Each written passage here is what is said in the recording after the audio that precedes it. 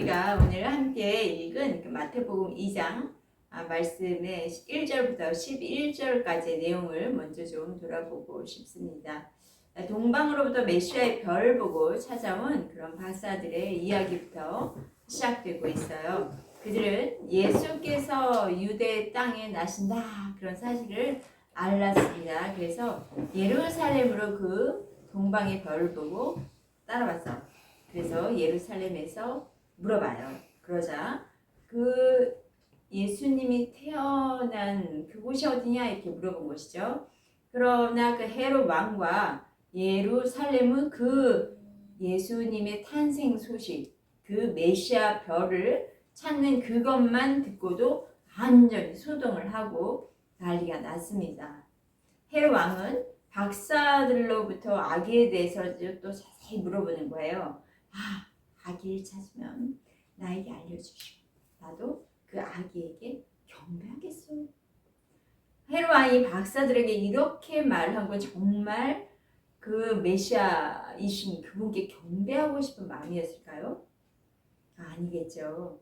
메시아로 태어난 아기를 빨리 찾아서 없애버리고자 그곳을 알고 싶었던 거예요. 왜냐하면 헤롯 왕은 자기 왕권에 대한 집착이 아주 강한 왕이었습니다.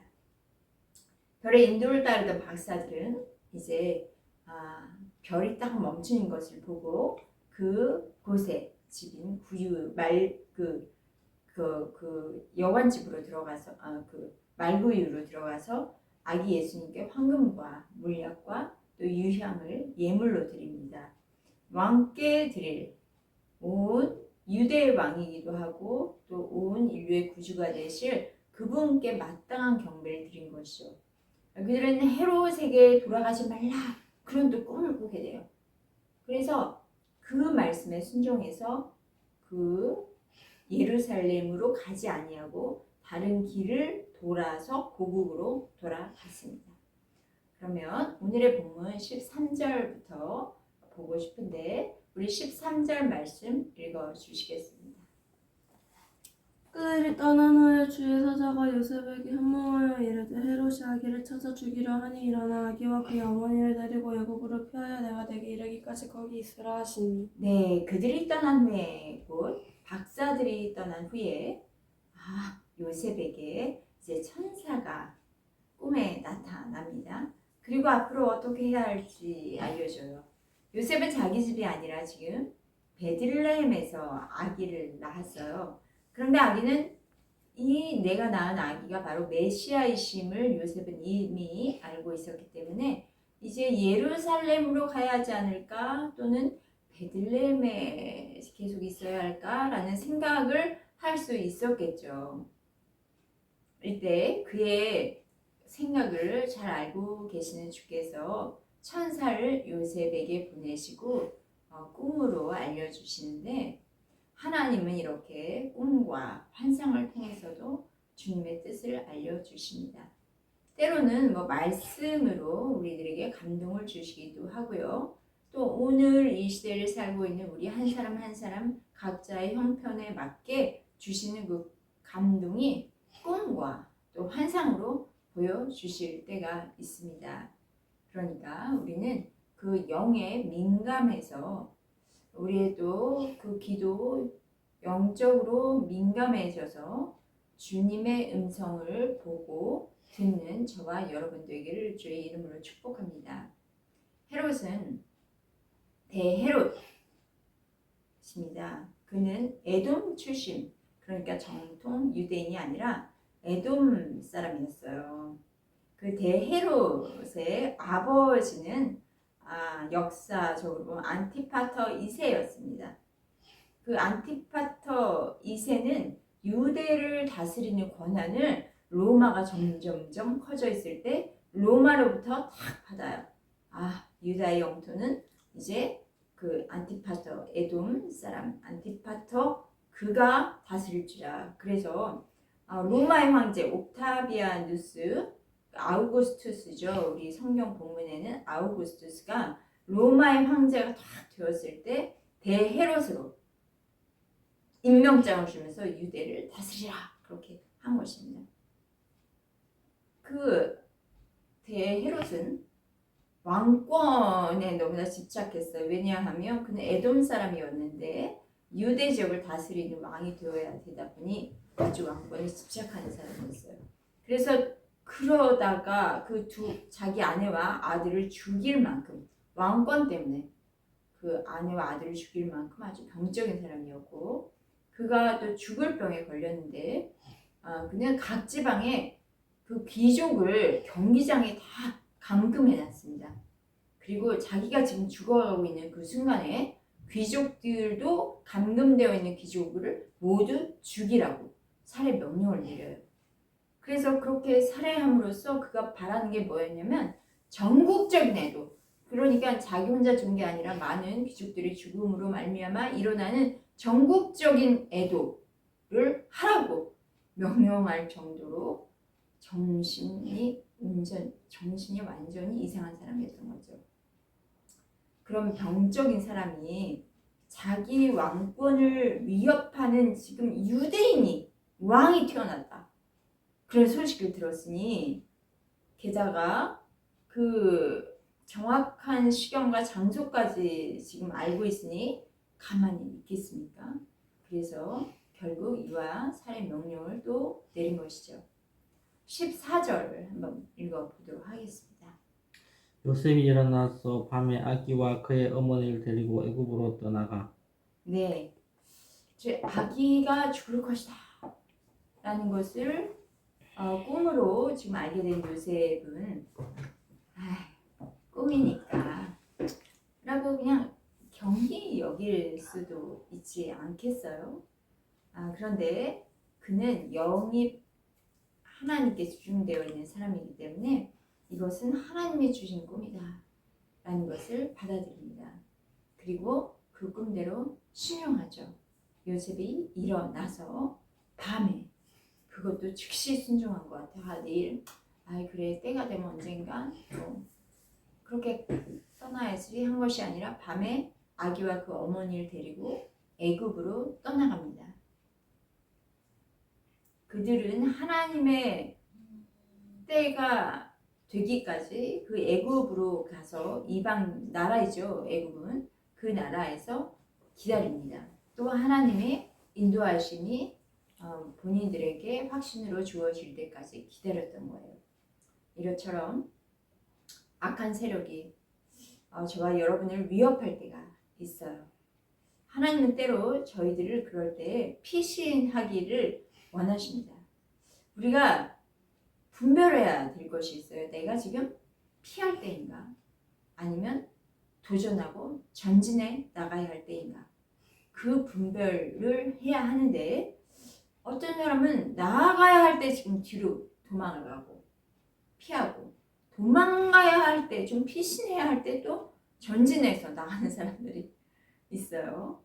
그런데 우리는 그러할 때 영이 민감하게 하나님과 접촉이 되어서 하나님의 음성에 귀를 기울이며 듣고자 하시길 바랍니다. 상황에 따라서 움직이는 사람들이 아니라 하나님이 지금 나에게 뭘 원하시고 어떻게 하기를, 또 하나님의 그 음성을 듣고자 우리의 귀를 쫑긋 하나님께 여시길 바랍니다.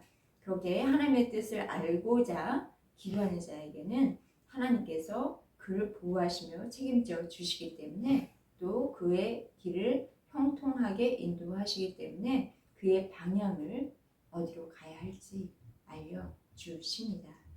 우리가 요셉과 같이 주의 뜻을 알았다면 또 하나는 행함으로 따를 수 있기를 원합니다. 그 알긴 하는데 우리는 뭐 성경 말씀을 통해서 주님 다 알아요 하는데 행함으로 따르는 거에는 너무나 게으른 것 같습니다. 근데 순종으로 행한다면 우리를 통해서 그 하나님의 일하심이 나타나게 되고요. 또 우리를 통해서 하나님의 경륜, 하나님의 계획이 이루어지는 것입니다. 성령여, 이 시간 우리에게 지금 순종의 영을 부어 주시옵소서. 아멘. 말씀을 듣고 순종하는 2023년도가 되게 하여 주시옵소서. 그래서 우리가 생각하지 못했던 크고 놀라운 일들을 하나님께서 나타내 보여주실 줄 믿습니다. 아멘. 아멘. 15절 말씀 읽어주시겠습니다. 헤롯이 죽기까지 거기 있었으니 이는 주께서 선지자를 통하여 말씀하신 바 애굽으로부터 내 아들을 불렸담을 이루라 하십니다. 네, 하나님께서 택하신 자 그 곧 메시아의 길은 주께서 예언한 말씀을 이루는 삶이었어요. 본인의 뜻대로 행하는 삶이 아니라 주께서 이미 선지자를 통해서 예언의 말씀으로 주신 그 말씀을 이루어 가시는 그런 삶을 사셨습니다.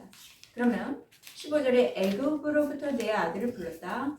이 말씀은 구약 예언서 어디 있는 거죠? 호세아서 11장 1절에 있는 말씀입니다. 제가 호세아서 11장 1절 말씀을 읽어보도록 할게요. 이스라엘이 어렸을 때에 내가 사랑하여 내 아들을 애굽에서 불러냈거늘 라는 말씀을 인용한 것인데, 하나님께서는 이스라엘을 애굽으로 내려가게 하신 것처럼 지금 그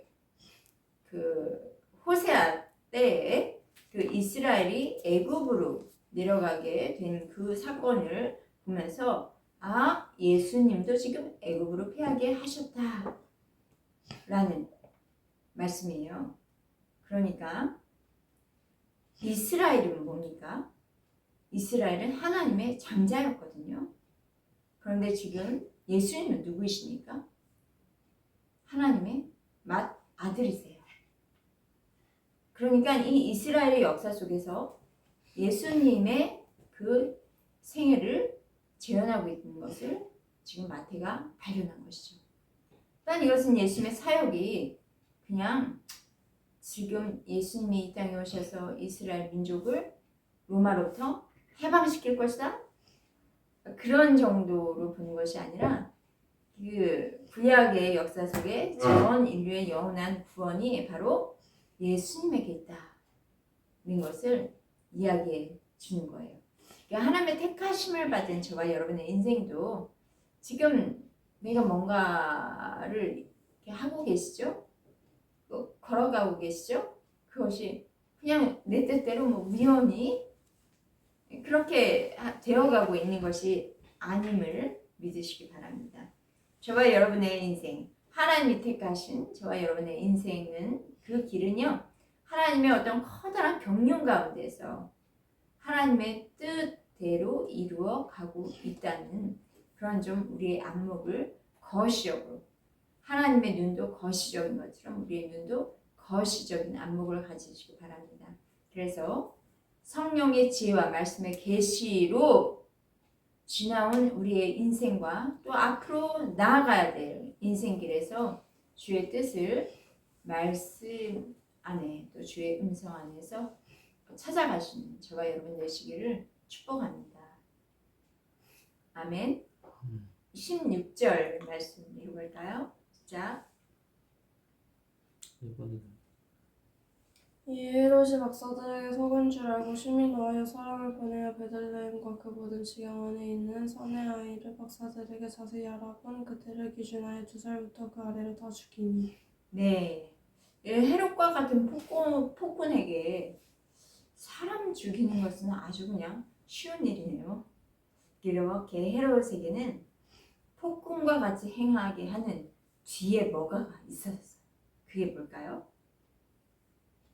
어둠의 세력이었던 거죠.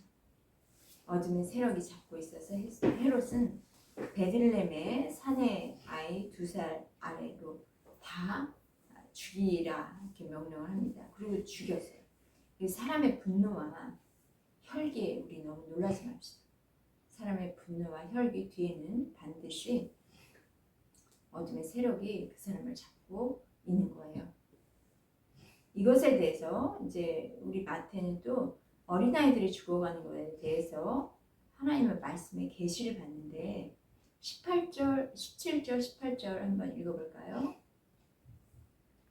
이에 선지자 예레미야를 통하여 말씀하신 바 라마에서 슬퍼하며 크게 통곡하는 소리가 들리니 라헬이 그 자식을 위하여 애곡하는 것이라. 그가 자식이 없으므로 위로받기를 거절하였도다. 네, 말씀이 이게 무슨 말씀인지 좀 이해가 안 되는데 18절의 말씀이요. 마태는 이제 이 예레미야서 31장 또 15절에 있는 말씀을 인용했습니다. 그러니까 예레미야에 기록된 말씀에 의하면 라마라는 곳은 어떤 곳인가? 라헬의 무덤이 있는 곳이에요. 라헬은 누구인가? 라헬은 야곱의 아내입니다. 야곱이 사랑하는 아내였어요. 그러면 또 야곱의 아내 라헬에게서 누가 낳는가? 다윗과 베냐민이 나왔죠. 그럼 라마는 라헬의 무덤이 있는 곳인데 그곳은 베냐민이 차지한 영토의 그 수도였습니다. 그러니까 베들레헴, 예루살렘과 아주 그 지리적으로 가까운 곳이었어요. 이런 것들, 이런 역사적인 정황들을 우리 이 예레미야서를 기록한 예레미야는 선지자는 잘 알고 있었어요. 그래서 예레미야가 활동하던 그 시대 이스라엘이 예레미야가 활동하던 시대가 언제입니까? 남유다 후기였죠. 남유다 후기는 포로로 바벨론에 끌려가던 시기였어요. 그러니까 이 예레미야가 활동하던 그 당대 예레미야가 보는 것은 이스라엘 우리 남유다 그 다윗의 후예들이 이제 바벨론의 포로로 잡혀가는구나.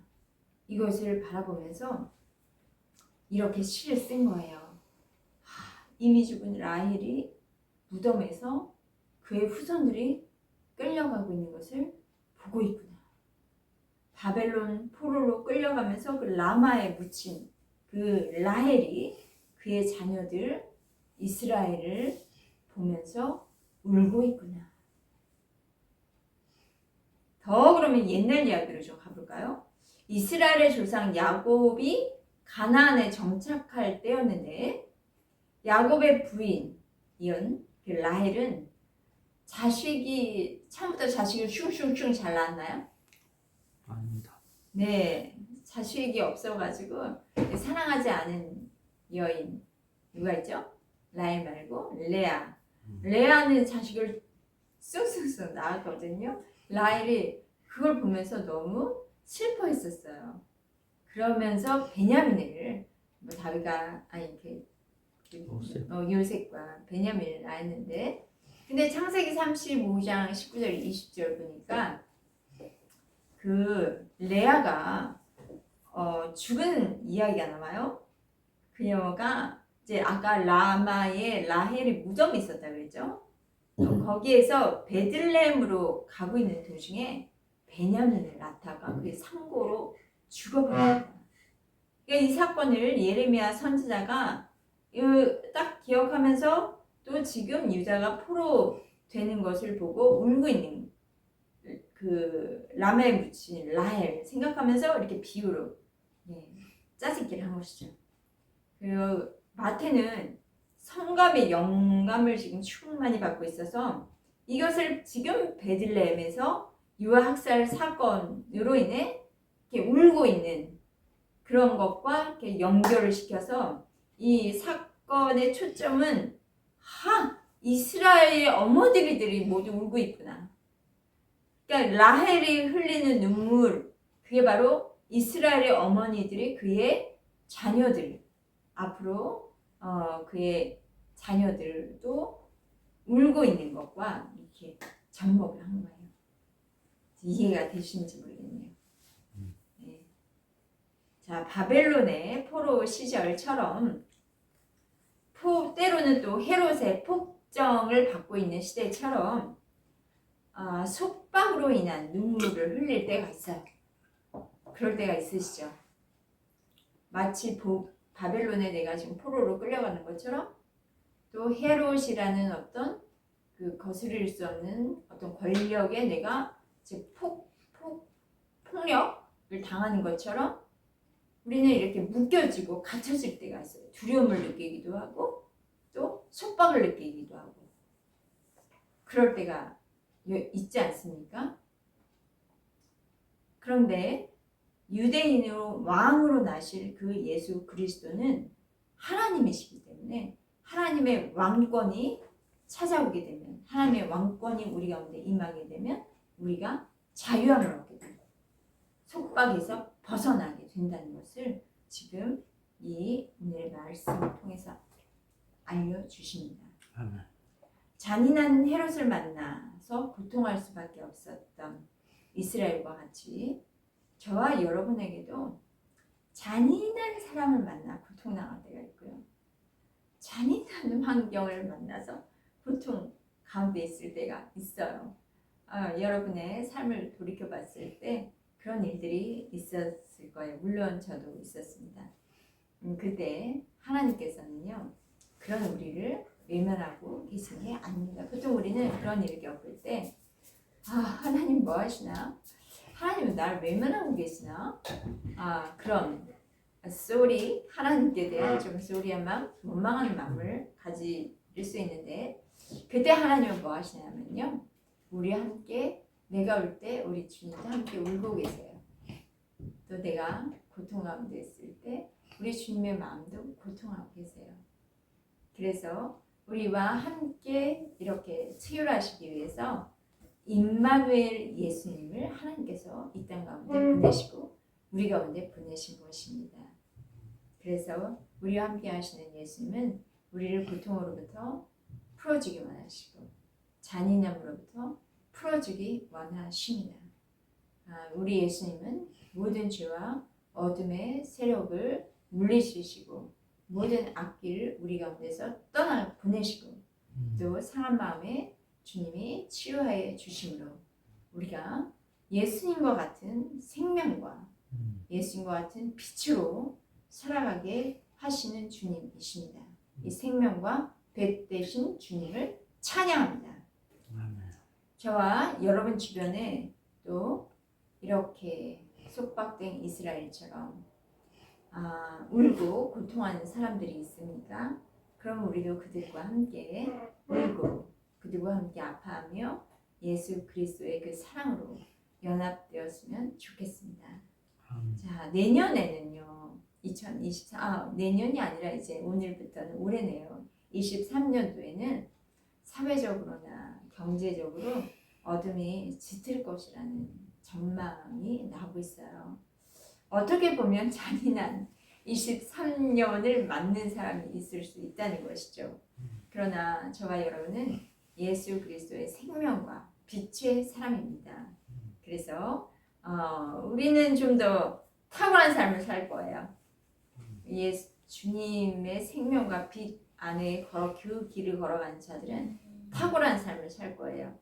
환경에 영향을 받지 않고 오히려 환경에 내 아의 빛과 내 아에 있는 그 생명이 사회에 영향을 미치는 그런 사람이 될 것을 선포합니다.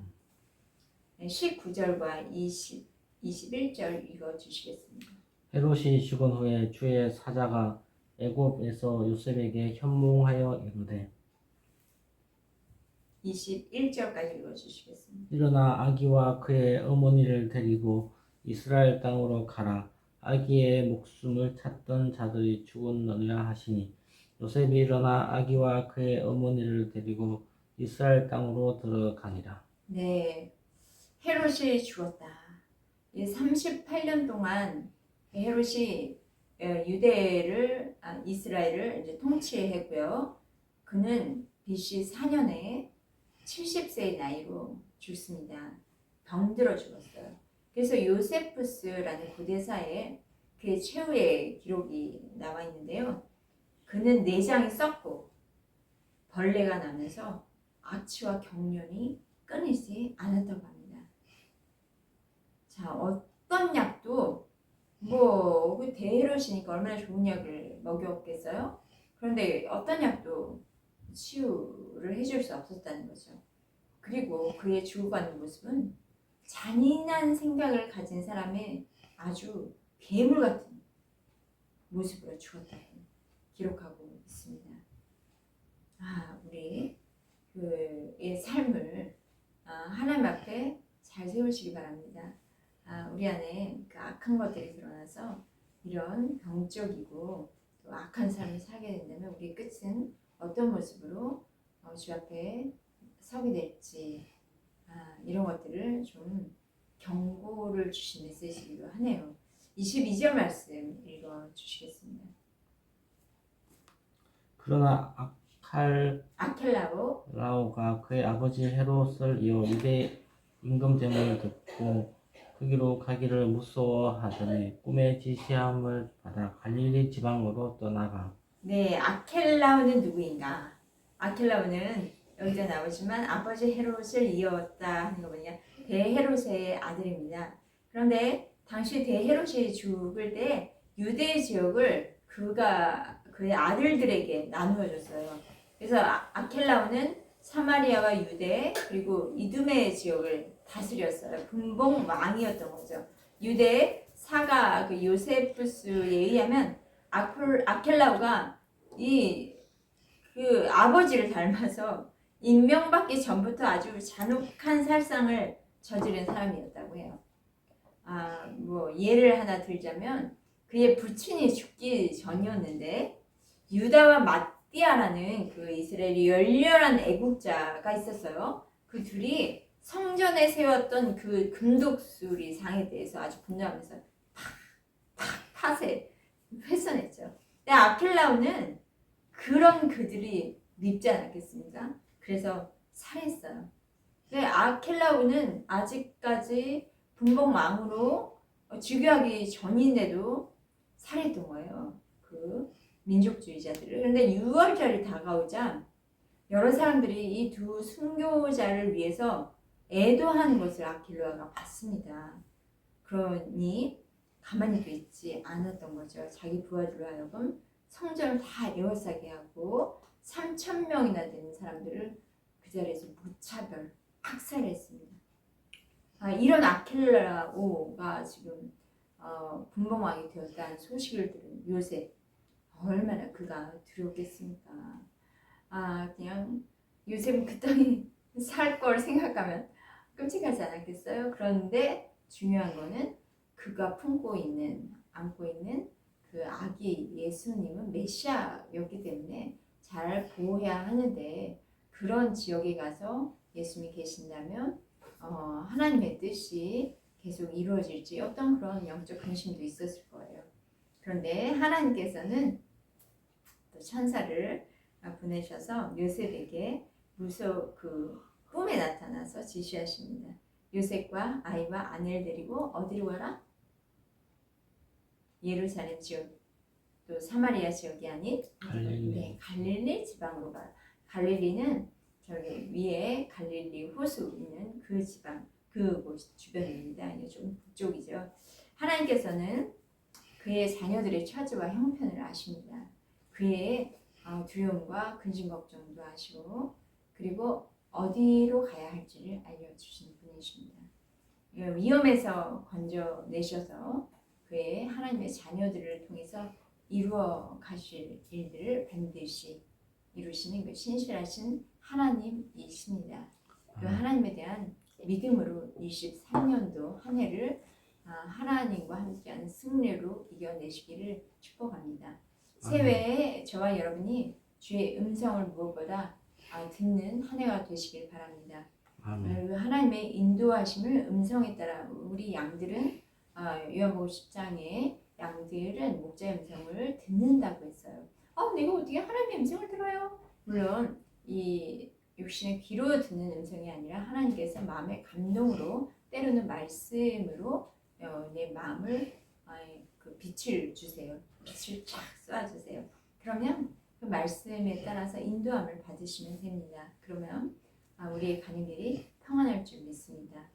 모든 걱정, 근심, 염려 다 또 그러한 무거운 짐들을 주님께 맡기고 신뢰하며 자유하는 저와 여러분 되기를 주의 이름으로 축복합니다. 23절 읽어주시겠습니다.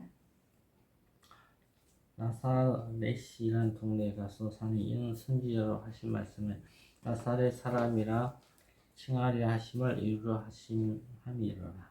네, 이제 갈릴리 도에 있는 나사렛이라는 동네 도시로 가셔서 사시는데요. 요셉은 이때도 철저하게 주의 사자의 지시를 받아서 움직입니다. 이렇게 된 것이 나사렛 사람이라 칭하는 말씀을 이룬다 이렇게 기록하고 있는데 나사렛이라는 히브리어에서 유래한 말로 싹 어린 순이라는 뜻이 있어요. 싹 어린 순 하면 떠오르는 게 있나요? 나사렛이 싹 어린 순.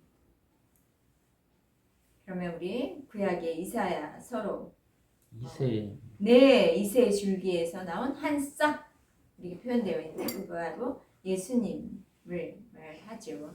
나사렛은 갈릴리 아까 말한 거죠. 작은 도시라서요. 그곳은요 모래 땅과 주위의 산들로 인해서 좀 척박한 곳이에요. 좀 많이 척박한 곳이에요. 그래서 경제적으로는 좀 가난한 그런 시골 도시였습니다. 이런 말 예수님이 했었죠. 아니 사람들이 나사렛에서 무슨 선한 곳이나 할 수 있느냐 이런 말 한 걸 보면 그 시대에 그 나사렛이라는 도시는 무시받던 곳이었던 것을 우리가 알 수 있어요. 이런 곳에서 자란 예수님 뭐라고 예수님을 놀렸을까요? 사람들이 아시나요? 나사렛 사람이다. 그냥 그렇게 호칭을 했었습니다. 그만큼 별 볼 일 없는 자다 이런 말이죠. 예수를 따르는 그리스도인들을 또 뭐라고 표현했는지 아십니까? 나사렛 사람. 네. 네? 나사렛. 네, 나사렛 이단이다 이렇게 표현했어요. 그러니까 우리 종교에서 벗어난 사람이라고 그렇게 표현을 또 한 거죠. 유대인들이. 예수님께서 십자가에 달려 돌아가실 때 그만큼 예수님도 멸시와 모독을 받고 돌아가셨죠. 마태는 그런데 그 부분을 예언자의 예언의 성취다 라고 표현을 하고 있습니다. 예수님께서 성육신 하셨지만 우리가 하나님이 이 땅에 오신 거죠. 그런데 우리가 지금 인간이 겪는 모든 고난과 역경을 겪으시면서 모욕과 수치를 받으셨습니다. 그런 분이 철저하게 하나님의 인도하심을 지금 받고 있습니다. 그리고 그런 인도하심을 받을 때 애굽에서 생명을 보존할 수 있었고 또 나사렛 사람이라는 그런 멸시를 받으셨지만 모든 그 구속 사역을 이루시기까지 하나님께서 그를 인도하실 수 있었던 거예요. 그 결과 예수님의 그 순종의 결과 예수님의 하나님의 인도하심을 잘 받으신 결과 우리들은 어떤 삶을 살고 있습니까? 예수님이 주신 구원의 은혜를 누리고 있죠. 하나님의 자녀로서 하나님의 영광과 우리는 특권을 받는 자가 되었다는 것이죠. 자, 여러분 하나님의 인도하심을 받을 때는요 어려움이 있습니다. 힘든 과정이 있습니다. 그것을 반드시 아세요. 우리가 힘든 과정에 들어가면 나밖에 안 보여요. 그리고 우리의 시야는 굉장히 좁아져요. 그래서 내 눈앞에 지금 일어나고 있는 일밖에 안 보여요. 그러나 하나님의 인도하심은 계속 우리가 믿음과 또 순종으로 따라갈 때 하나님의 인도하심의 끝은 반드시 아름다운 선한 열매로 맺어집니다. 그렇기 때문에 인도하심을 받는 자들에게는 하나님의 뜻이 활짝 피어나는 것입니다. 2023년 예봉교회 모든 성도님들이 하나님의 인도하심 속에서 한 걸음 한 걸음 걸어가시고 때로는 피하시기도 하고요. 때로는 달려가시기도 하시기 바랍니다. 하나님의 선한 손과 그 능력이 함께하는 저와 여러분 되실 것을 예수의 이름으로 축복합니다. 아멘. 할렐루야. 기도하시겠습니다.